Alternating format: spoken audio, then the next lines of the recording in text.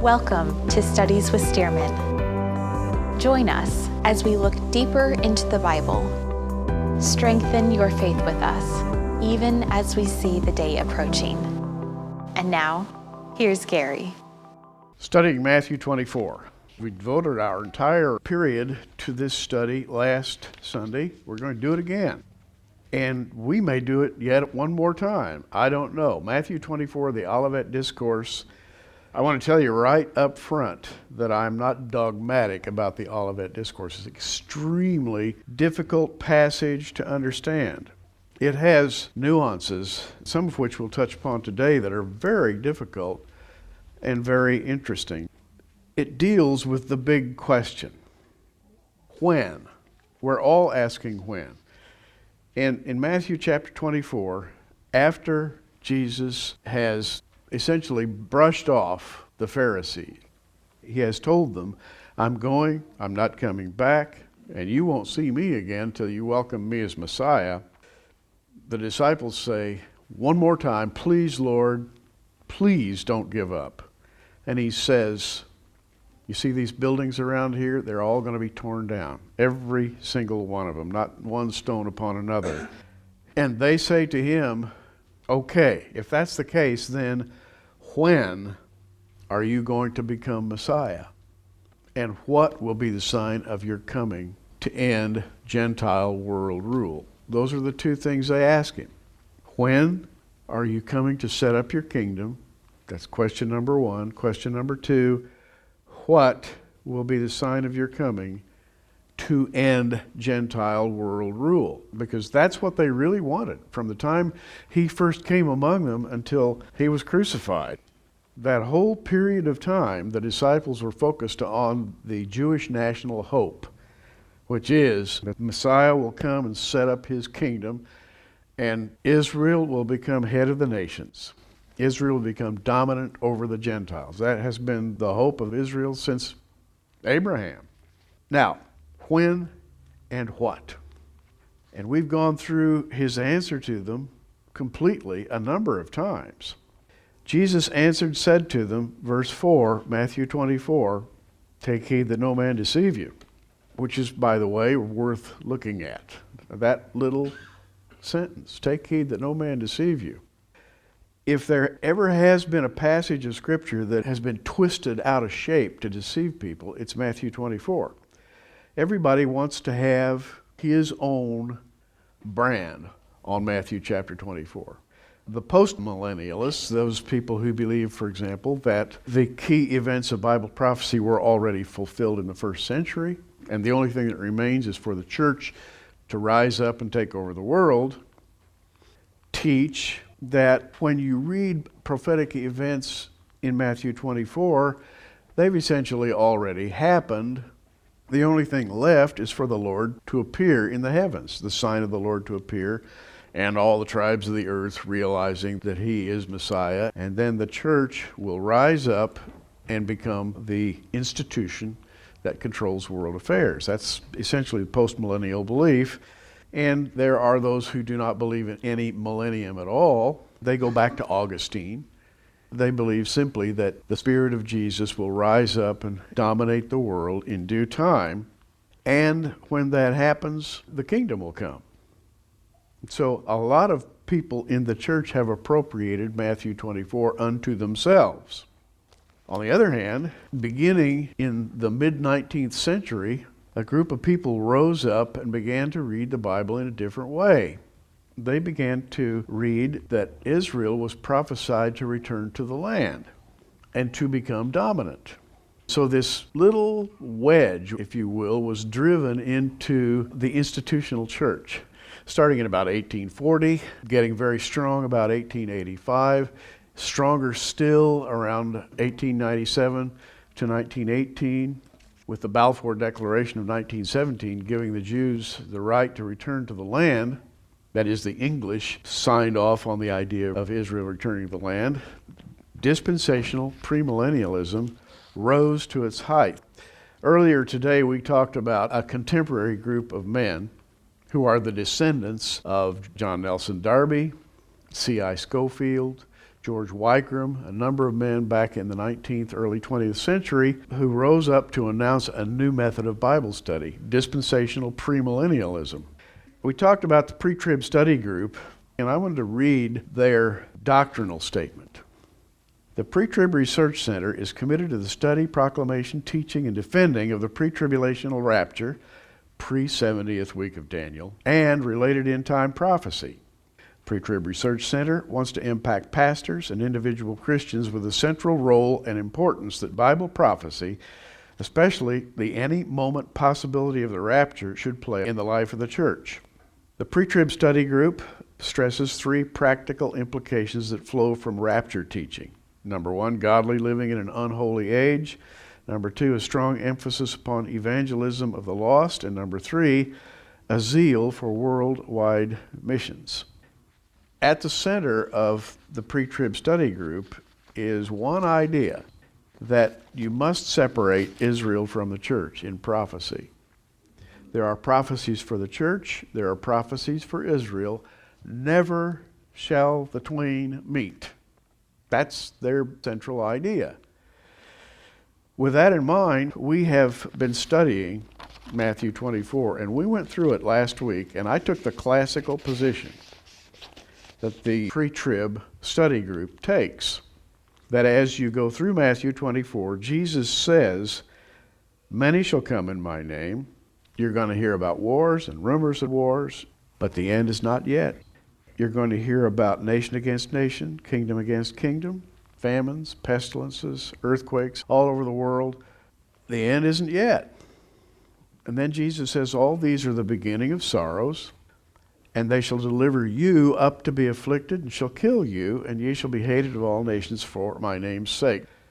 The principle in Matthew 24 is that the you and the ye in Matthew 24 is Israel. Jesus is talking to Israel. He's not talking to the church. That, they say, is the central idea in Matthew 24. You cannot deviate from that fact, ever. As you go through Matthew 24, which we've done several times, Jesus talks about the delivering up the Jews for martyrdom, false prophets rising in the end times. Jesus says, he that endures to the end, the same shall be saved.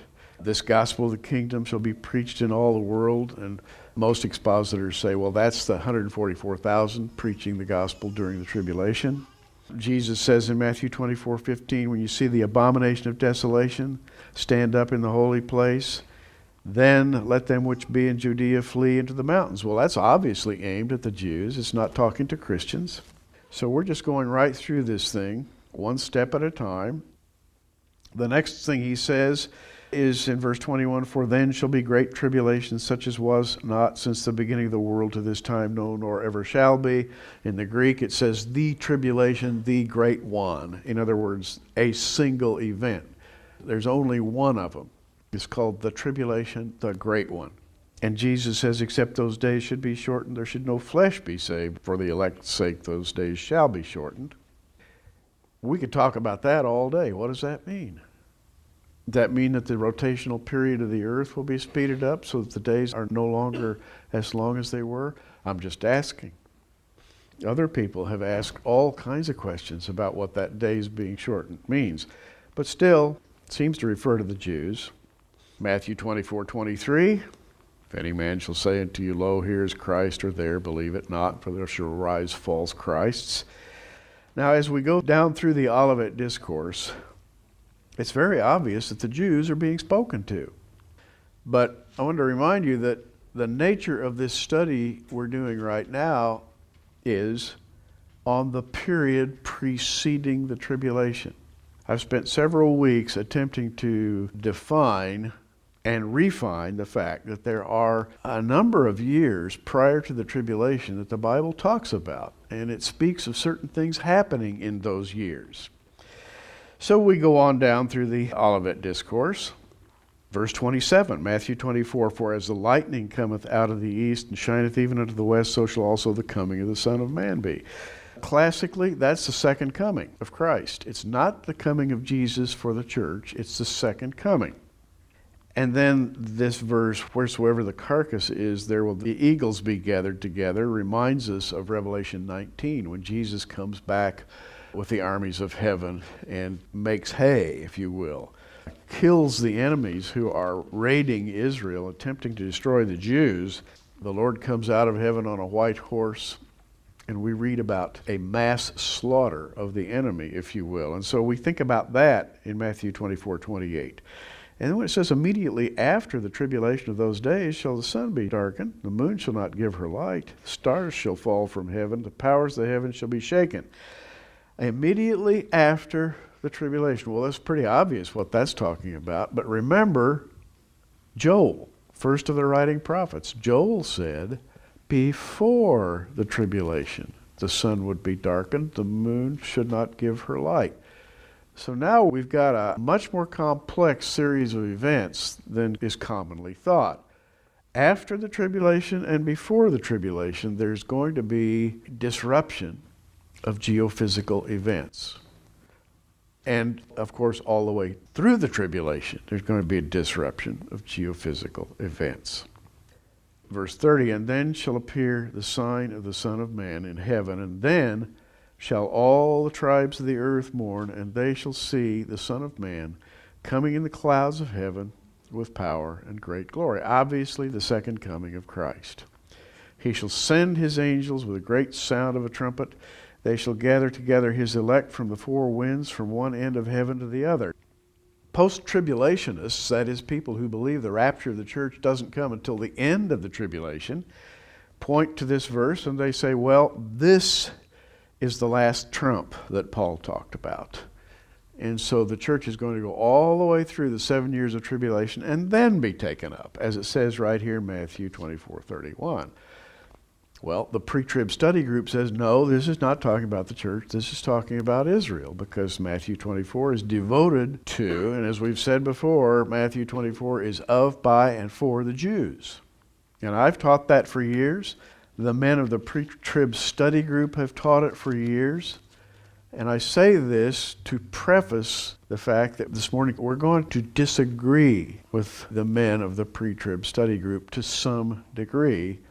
However, I have to go all the way back to John Nelson Darby in 1840 through 1882 and say that John Nelson Darby would also have disagreed with the contemporaries of the pre-trib study group.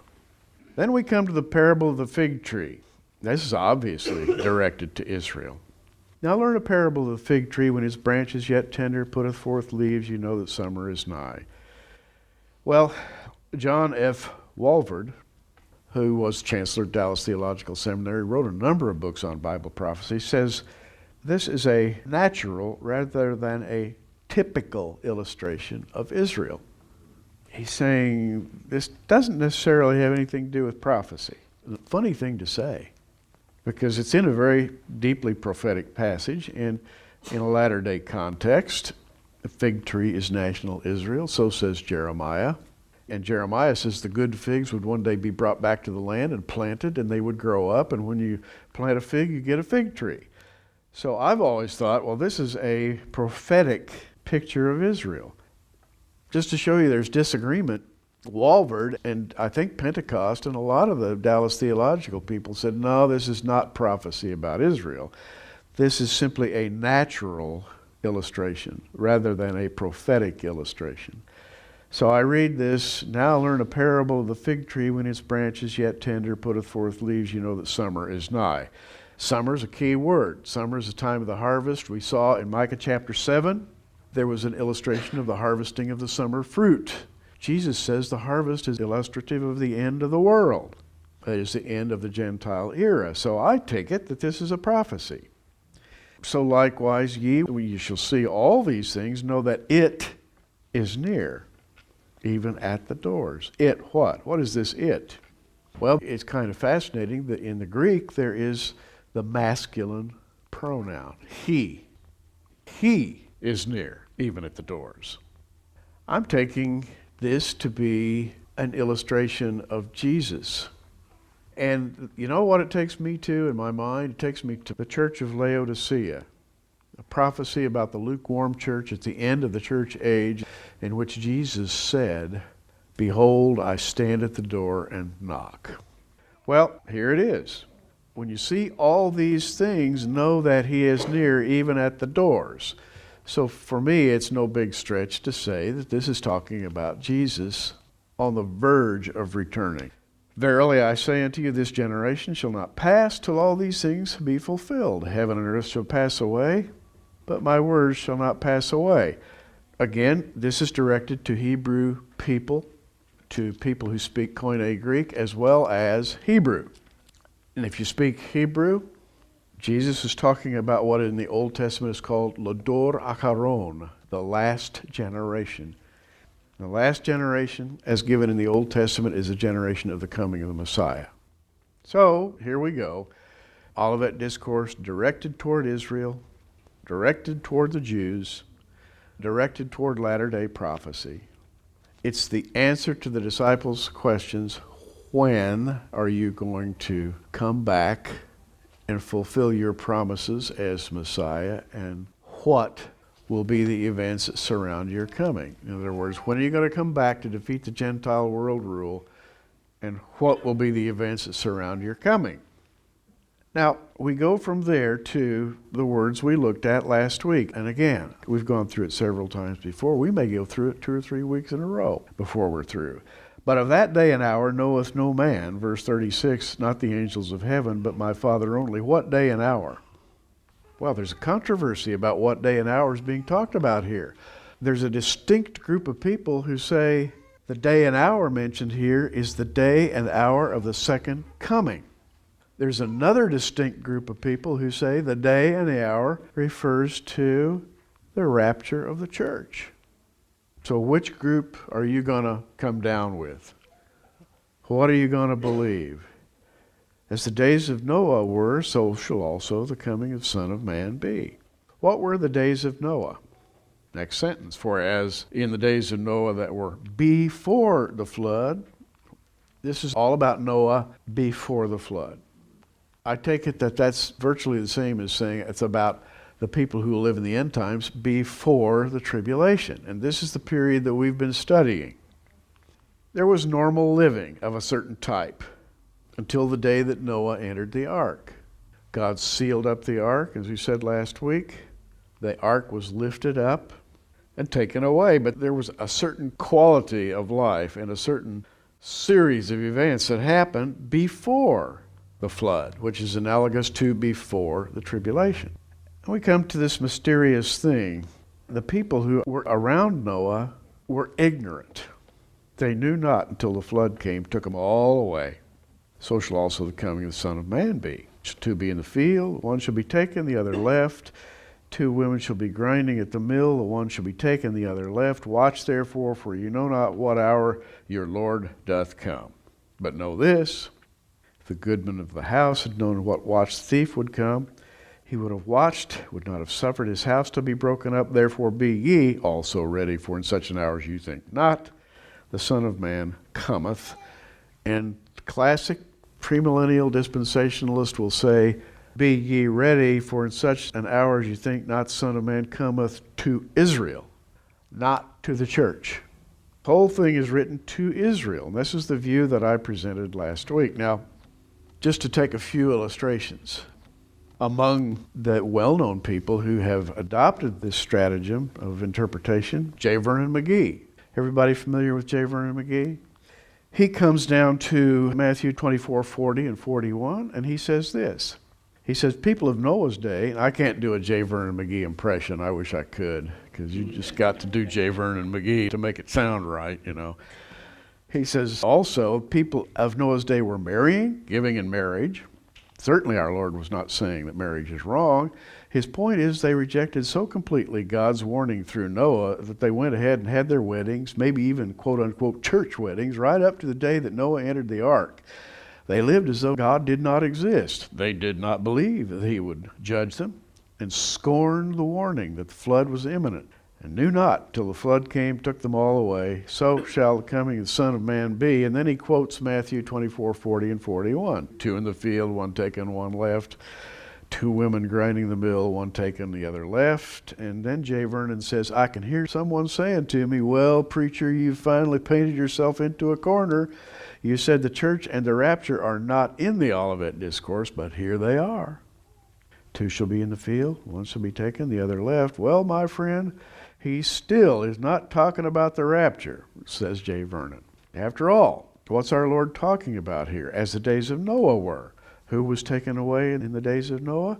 They knew not until the flood came and took them all away. They perished in the flood. This is not referring to the rapture, when the church will be taken out of the world. Rather, this pictures the removing from the earth by judgment unto those who are not going to enter the millennial kingdom. So that's J. Vernon's take on things. Dwight Pentecost, who wrote the classic Things to Come, and by the way, is a premillennial, pre-trib dispensationalist.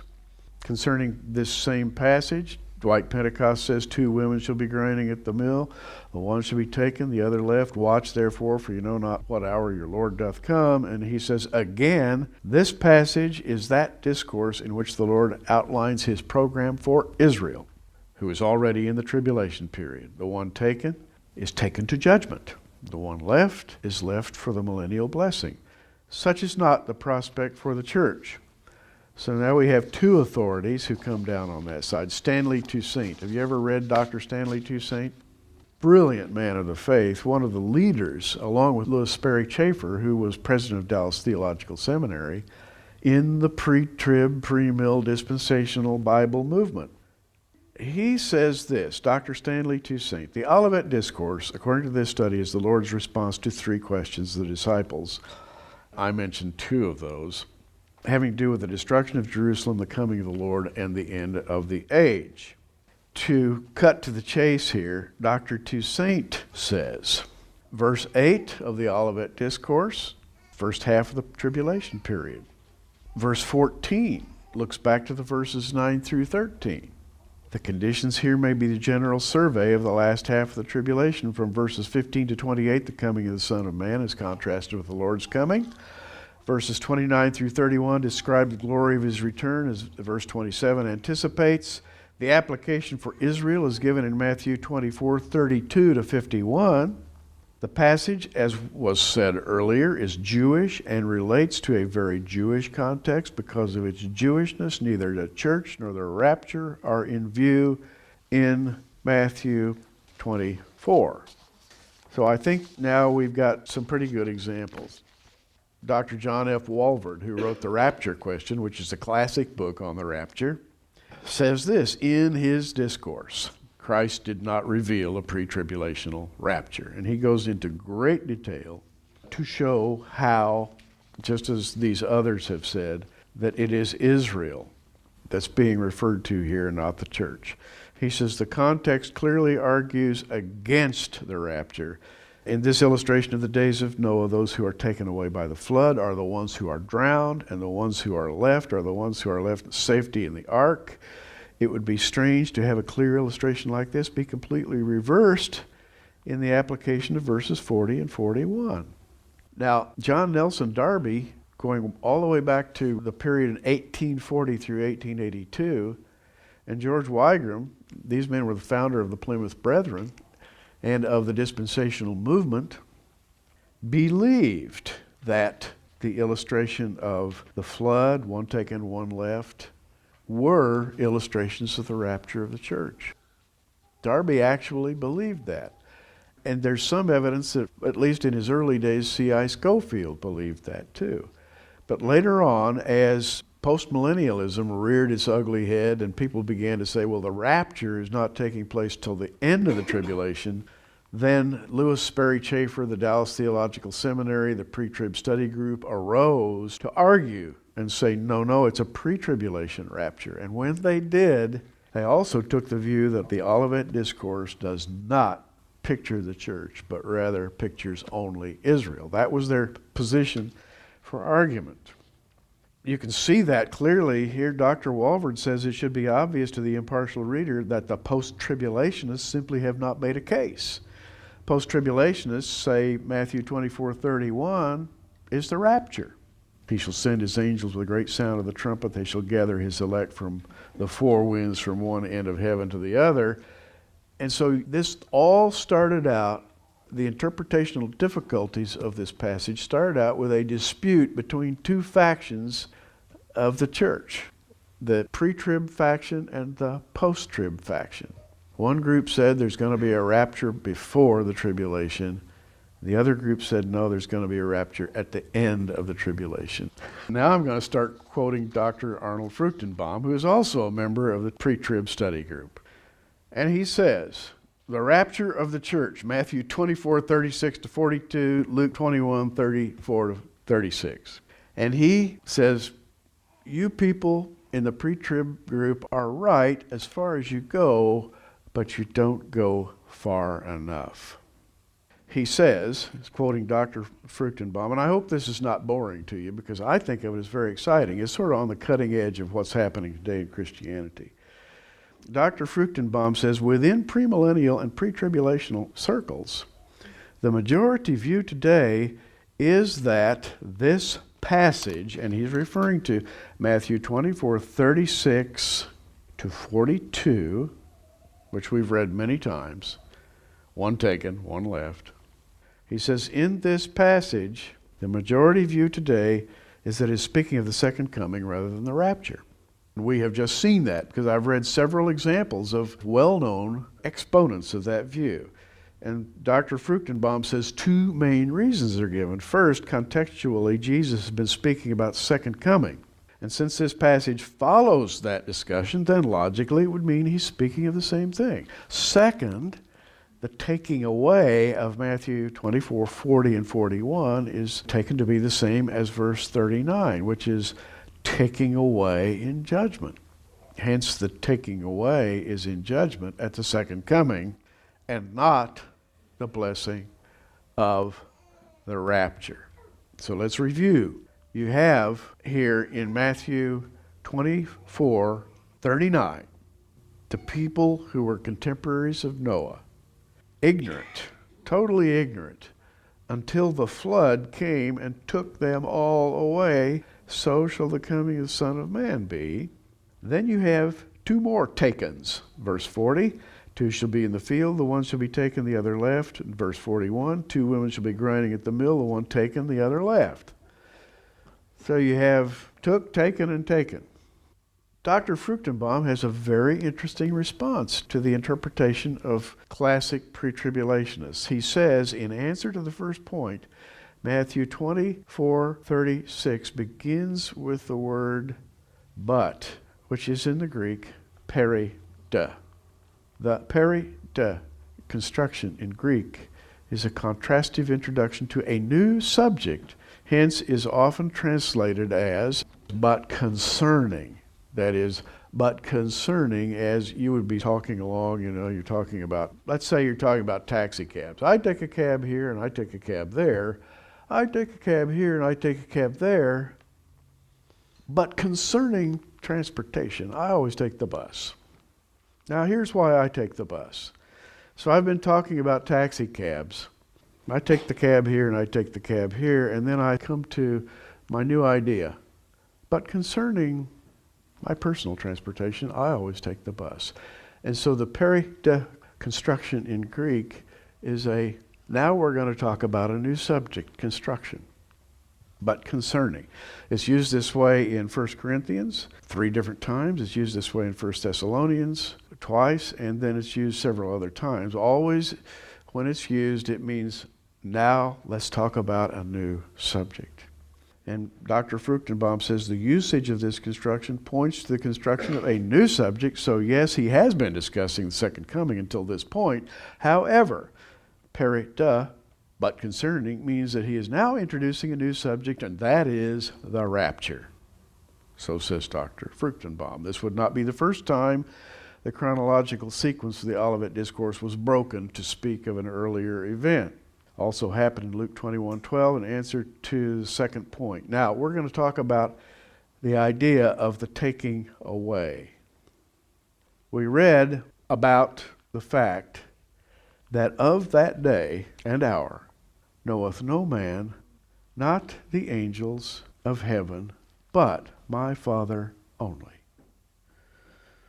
This is true of the rapture of the church, but it is not true of the second coming of the Lord Jesus Christ, which will someday be a datable event. The second coming of Jesus will occur exactly 7 years after the signing of the 7-year covenant, and 3.5 years, 42 months, or 1,260 days after the abomination of desolation. So you cannot say of that day and hour, the second coming of Jesus, knoweth no man. You can't say that, because everybody alive in that day will know when the Antichrist signed the covenant, and exactly 2,520 days later, Jesus comes. It's perfectly datable. So Dr. Fruchtenbaum says, this has to be referring to the rapture. Now, I'm just telling you what Dr. Fruchtenbaum says.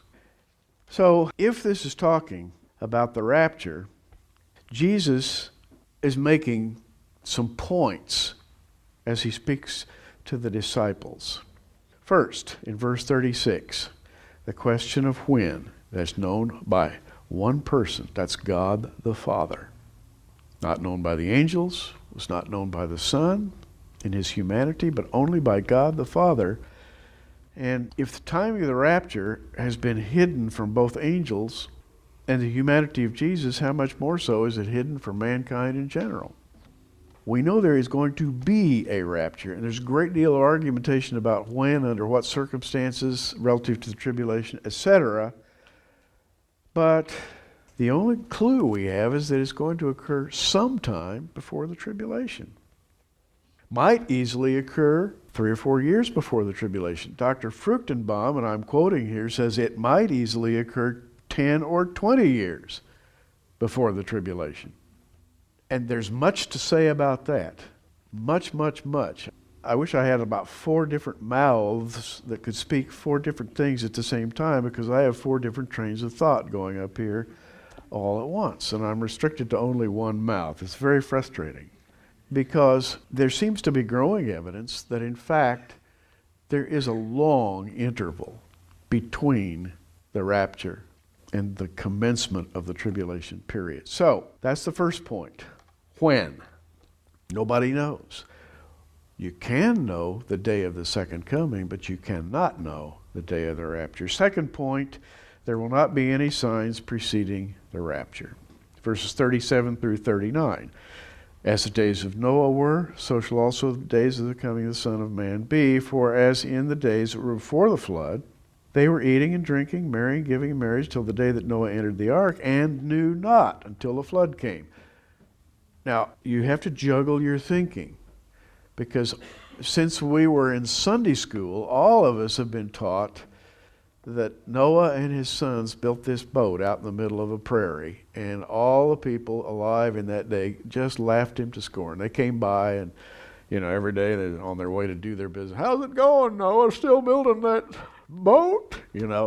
And like there's never been any rain, and there's no water to float the boat, and here's this stupid Noah and his sons, and they are the objects of ridicule. But the Bible doesn't say that. You go back and read it yourself, and you'll discover that the biblical account in Genesis indicates that what Noah did was not known in public. Nobody came by and ridiculed it. He did it apparently in isolation. And it says so right here, quoting Jesus. They knew not until the flood came. These people were in ignorance. This is analogous to the situation of the period prior to the tribulation. The majority of the world will be utterly ignorant of the fact that there is a coming rapture. It's just, take 6.5 billion people. What percentage of that group know that there's going to be a rapture of the church? A very small percentage, just as it was in the days of Noah. People eating, drinking, marrying, giving in marriage. None of these things is necessarily sinful, necessary for human survival and propagation. Of course, we know that world conditions at that time were horrific. The rapture will suddenly occur, sweeping away all believers. Verses 40 and 41, then 2 shall be in the field, the one shall be taken, the other left. 2 women grinding at the mill, one taken, the other left. So that's the second point. The rapture will suddenly occur, sweeping away all believers, verses 40 and 41, so says Dr. Fruchtenbaum. This will not be true of the second coming. If you stop and think about the second coming, when Jesus comes, there won't be a sweeping away of anybody. There will be a period of absolute revelation and judgment, people falling on their faces and weeping and crying out for mercy. But there's nothing spoken in Revelation, nothing spoken in any of the Day of the Lord prophecies that say that at the second coming there will be some sweeping away of people. The only place we read about a sweeping away or a taking away is in narratives that do concern the rapture of the church. We've read one of them in Zephaniah chapter 2. We read another one in Micah chapter 7. Woe, I am as when they have harvested the summer fruit. The good man has disappeared from out of the earth. Boom, he's gone. That's not talking about the second coming.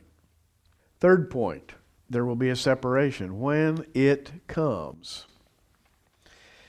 Now, go back to Matthew 24:33. So likewise ye, when ye shall see all these things, know that it is near, even at the doors.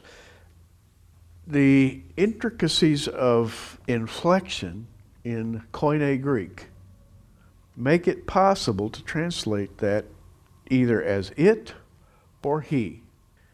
It's an it by virtue of its position within a subjunctive clause, but it's a he because it has a masculine ending. So you can say, know that he is near, even at the doors, referring to Christ, or you can say, know that it is near. What's the it? Well, the it could well come after the pereda of verse 36. But concerning that day and hour, and now we're talking about the rapture, and you go back up to verse 33, and now you're looking at the it in the King James Bible referring to the rapture. It is near, even at the doors. Dr. Fruchtenbaum prefers that interpretation. Mind you now, I'm taking a chance standing up here. As they say, the pioneers get the arrows. There are certain people who would be pulling the bow right now and saying, you can't say that. You can't say that. Well, I'm just simply quoting Dr. Fruchtenbaum, whom I greatly respect. That's my excuse.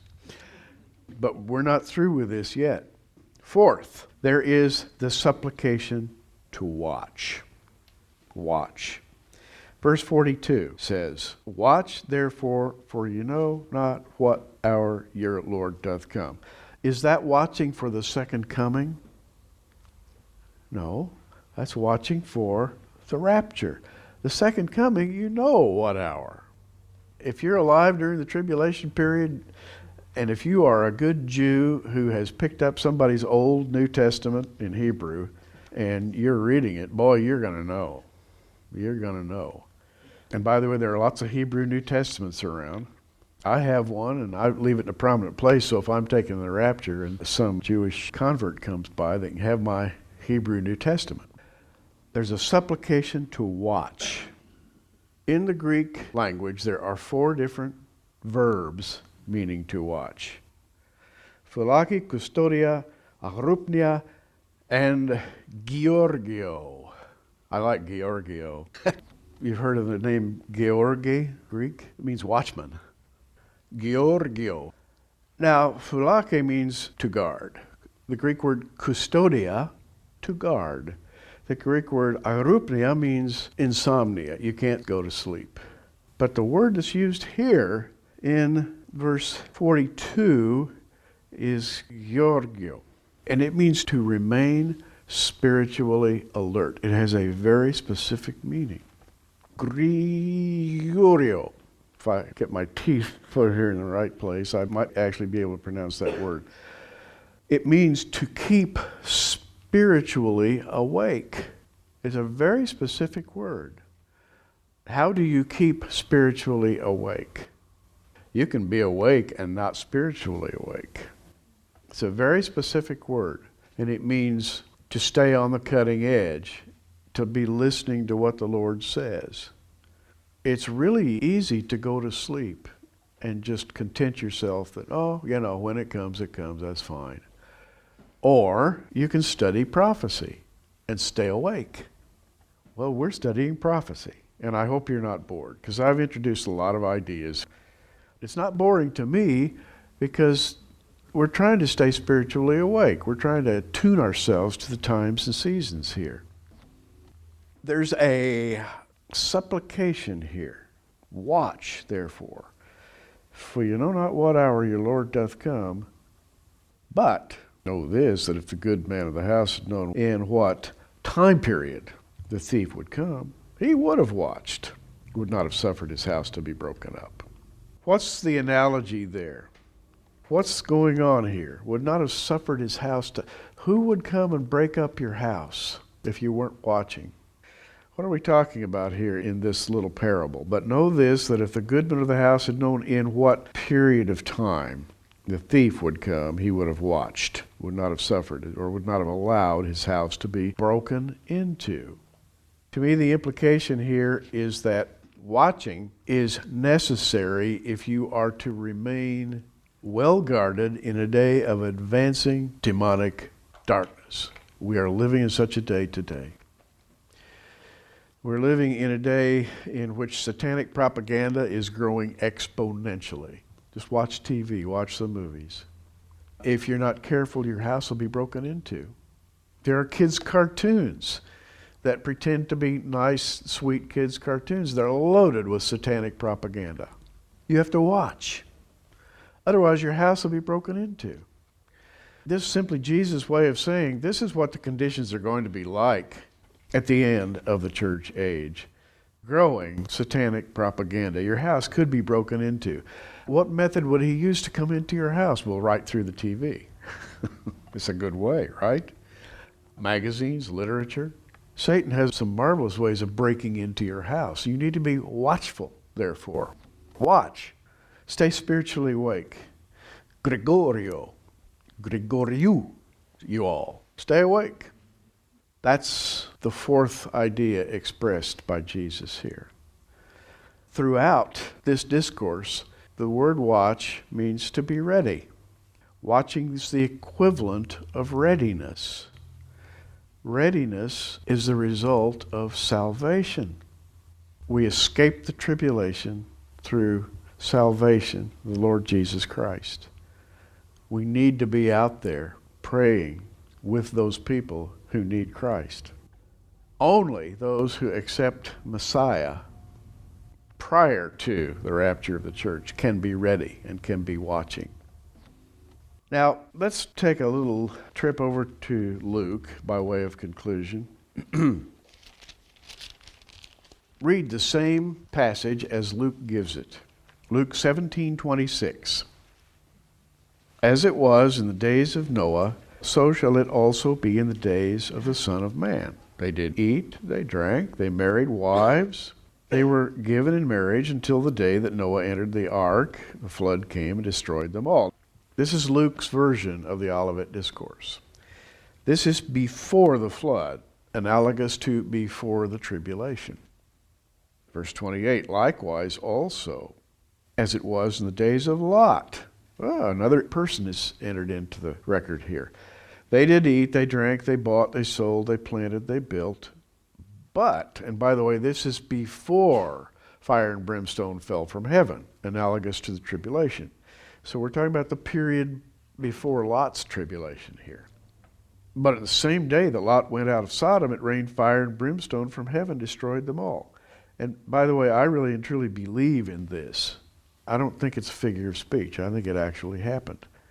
You go over there to this day where Sodom and Gomorrah used to be, you pick up brimstone. It's all over the place. It smells like matches.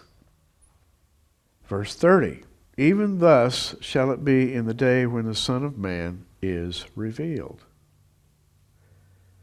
That day when the Son of Man is revealed. What's that talking about? Is that talking about the second coming of Christ? Well, Dr. Fruchtenbaum says, no, it's talking about the rapture. In that day, he which shall be upon the housetop, and his stuff in the house, let him not come down and take it away. He that's in the field, let him likewise not return back. Remember Lot's wife. Remember what happened to her? She wanted to go back and pick up the mother's china, or whatever it was, and she was turned into a pillar of salt. Which, by the way, is perfectly feasible if you've got massive precipitation of salt solutions falling from the heavens after an explosion, and these salt accretions build up around a body. It would pretty much turn you into a pillar of salt. And salts being what they are, that body would be preserved. Remember Lot's wife. Whosoever shall seek to save his life shall lose it. Whosoever shall lose his life shall preserve it. I tell you, in that night there'll be two men in one bed, one taking the other left. Two women shall be grinding together, the one taking the other left. Two men shall be in the field, the one taking the other left. And they answered, said unto him, Where, Lord? And he said unto them, Wheresoever the body is, thither will be the eagles gathered together. And that's always used as an illustration of the tribulation. It's a figure used for the second coming. And so a lot of people looked at that and said, well, no, this can't be talking about the rapture of the church. This has to be talking about the second coming. Dr. Fruchtenbaum says, no, don't think so. Luke, he says, also states there's a possibility to prevail, to escape all these things that shall come to pass. Verse 36, this is not possible if one is on the earth. Hence, to escape all these things, one must be off the earth. And then he says, second point, that the believer might stand before the Son of Man in heaven. And he says, this will be the result of the rapture. We stand before the Son of Man. And by standing before him, we escape all these things, to quote Luke. Both of these things can only be accomplished by the rapture, and that is why to watch is to be saved. Gregorio, watch. That is, be spiritually awake. Now, we've taken quite a trip this morning. We've gone through a lot of ideas. There are a lot of brilliant men who disagree about how these passages should be interpreted. I've given you two ways to look at the Olivet Discourse, represented by men whom I deeply respect.